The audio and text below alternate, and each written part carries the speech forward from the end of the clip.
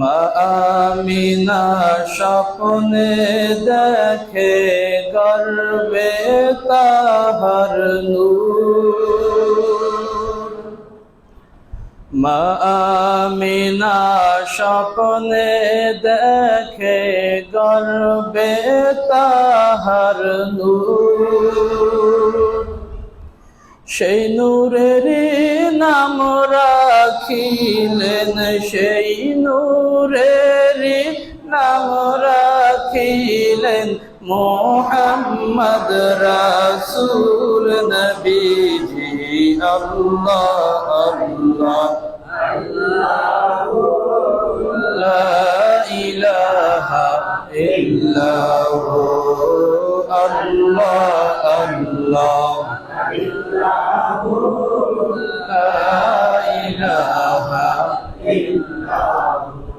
আলহামদুলিল্লাহ। শুকরিয়া মহান রব্বুল আলামিনের দরবারে যে আল্লাহ রব্বুল আলামিন আপনাকে আমাকে অতি গুরুত্বপূর্ণ এক দ্বীনি জলসা মুহাম্মদ রাসূলুল্লাহ সাল্লাল্লাহু আলাইহি ওয়াসাল্লামের মিলাদুন নবী উপলক্ষে আজকের আয়োজিত এই জলসায় সম্মানিত মুআজ্জাজ মুকাররম মুরব্বিয়ান ইজাম উপস্থিত আছেন। অত্র মসজিদের সম্মানিত ইমাম ও খতিব আমার বন্ধুবর হাফেজ মাওলানা আবু রায়হান। আল্লাহ রাব্বুল আলামিনের দরবারে শুকরিয়া আদায় করি যে আল্লাহ রাব্বুল আলামিন যাকে সৃষ্টি না করলে আসমান জমিন কিছুই সৃষ্টি করত না, সেই এক মহান ব্যক্তির মিলাদ সম্পর্কে আলোচনা শোনার জন্য এই গুরুত্বপূর্ণ মজলিসে বসার তৌফিক দান করছেন। সকলেই বলে আলহামদুলিল্লাহ। আমাদের দেশে ঈদ মিলাদুন নবী মাস আসলে দেখা যায় মুসলমানগণ দুইটা ভাগে বিভক্ত হয়ে যায়। এক শ্রেণীর লোক আছে, তারা বলে ঈদ মিলাদুন নবী মানা লাগবে না। আবার কেউ আছে সিরাতুন নবী মানা লাগবে না। মিলাদুন নবী এবং সিরাতুন নবী নিয়ে দুইটা কি হইয়া যায়, দল হইয়া যায়। তো দুইটা দলের ভিতরে চরমপন্থা কোনোটাই ভালো না, চরমপন্থা কোনোটাই ভালো না। মিলাদ রাসূলুল্লাহ সাল্লাল্লাহু আলাইহি সাল্লামের জন্ম না হইলে আমরা সিরাত পেতাম, সিরাত পাইতাম না। অতএব সিরাত যার মিলাদও তার। রাসূলুল্লাহ সাল্লাল্লাহু আলাইহি সাল্লামের মিলাদ সম্পর্কে আলোচনা যখন আসে, মাস আসে সিরাত মিলাদুন নবীর মাস, একদল লোক হিংসাবশত হোক অথবা যাই কারণেই হোক, তারা ওয়াজ মাহফিল করে ঠিকই, মিলাদুন নবীর আয়োজন করে ঠিকই, কিন্তু নামটা পরিবর্তন করিয়ে দেয় সিরাতুন নবী, ঠিক না? কিন্তু দেওয়াটা বিরোধিতা নয়। দেখা যায় আমাদের ইমাম সাহেবরা, আমরা যারা আছি সবাই সারা বছরে রাসূল সাল্লাল্লাহু আলাইহি সাল্লামের জীবনী নিয়ে, তার জীবনের বিভিন্ন দিক নিয়ে জুমার আলোচনা, বক্তাগণ বয়ানের মাঠে, পীর সাহেবগণ তাদের খানকায় আলোচনা করে না? করে।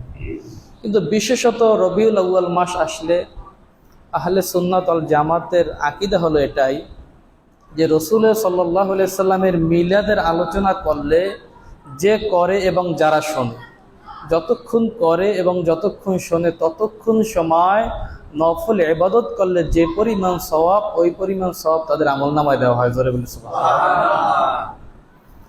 তো আমরা আজকে মিলাদের আলোচনা শুনবো, শুনতে রাজি আছেন ইনশাআল্লাহ? কিন্তু শোনার আমাদের মাকসাদ থাকতে হইবে যে শুনিয়ে কানসুক করিয়ে গেলাম কিন্তু আমলে কিছুই আনলাম না, সেই শোনায় কোনো লাভ আছে না।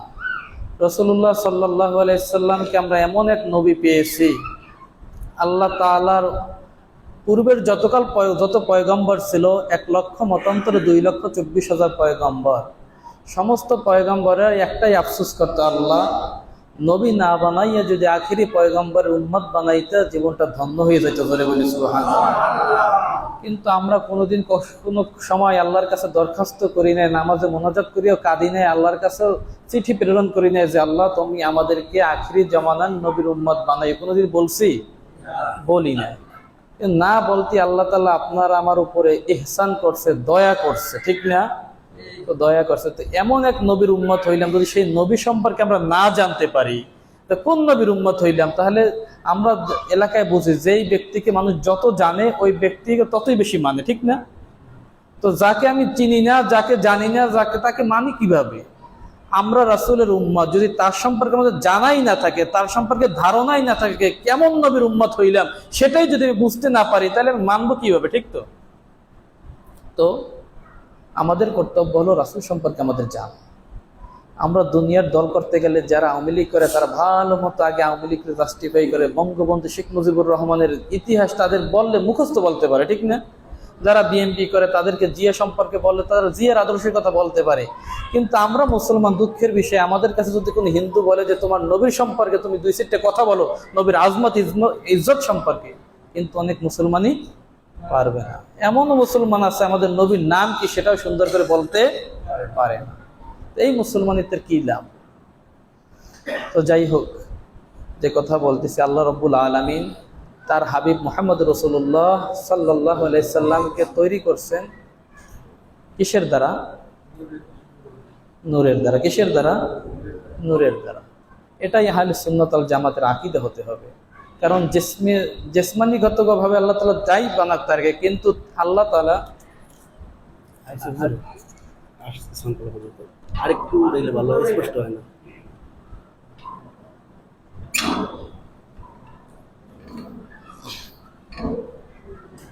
জি আমি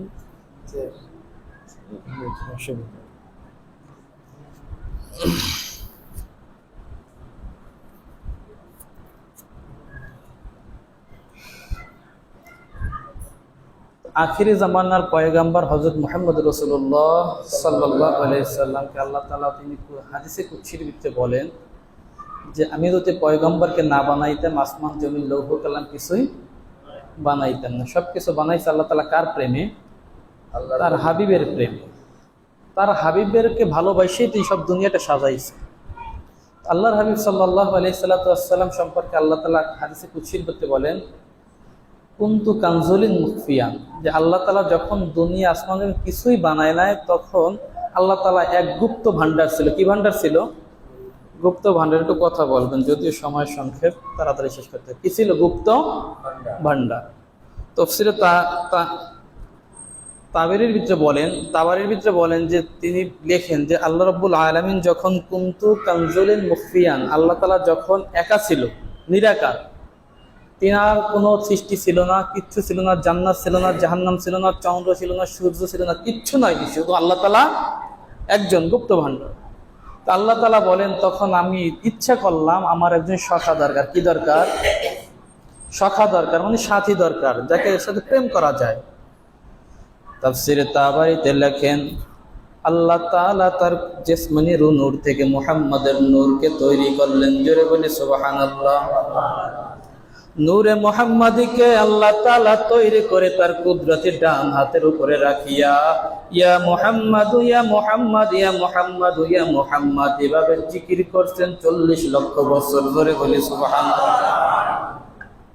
তাবারির ভিতরে লেখেন 40 লক্ষ বছর ইয়া মুহাম্মাদ জিকির করার পরে আল্লাহ তাআলা আফসোস করতেছে, হায় হায়, আমি যে নূর বানাইলাম প্রেম করার জন্য, নূর থেকে তো কোনো আওয়াজ পাইতেছি না, কোনো আওয়াজ আসতেছে না।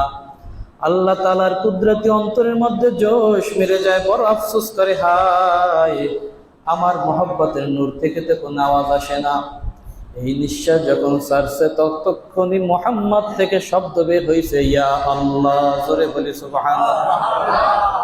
আল্লাহ তাআলা দেখলেন নূরে মুহাম্মাদের মধ্য থেকে আল্লাহ ধ্বনি যখন আসে নূরে মুহাম্মাদীকে তার সামনে তিনি দাঁড়া করাইয়া একটা কুদরতি আয়না ধরলেন। আয়না, যে মুহাম্মদ দেখো তোমার চেহারাটা আমি কত সুন্দর করে প্রেম করিয়া ভালোবাসা দিয়া বানাইলাম।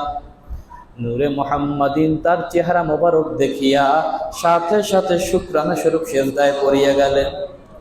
আল্লাহ তাআলা বলেন, হাবিব আমার, আপনাকে তো আমার কাছে নত হওয়ার জন্য এত তাড়াতাড়ি বলি নাই, ওঠেন, আপনার সাথে প্রেম ভালোবাসা করার জন্য আমি বানাইছি, এখনই গোলামির জন্য আপনাকে বানাই নাই। আল্লাহ তাআলার হাবিবকে আল্লাহ তাআলা উঠাইয়া ভালোবাসার জন্য নূরের একটা তারকা বানাইয়া তার আরশের সাথে লটকাইয়া রাখছেন। ধরে বলি সুবহানাল্লাহ।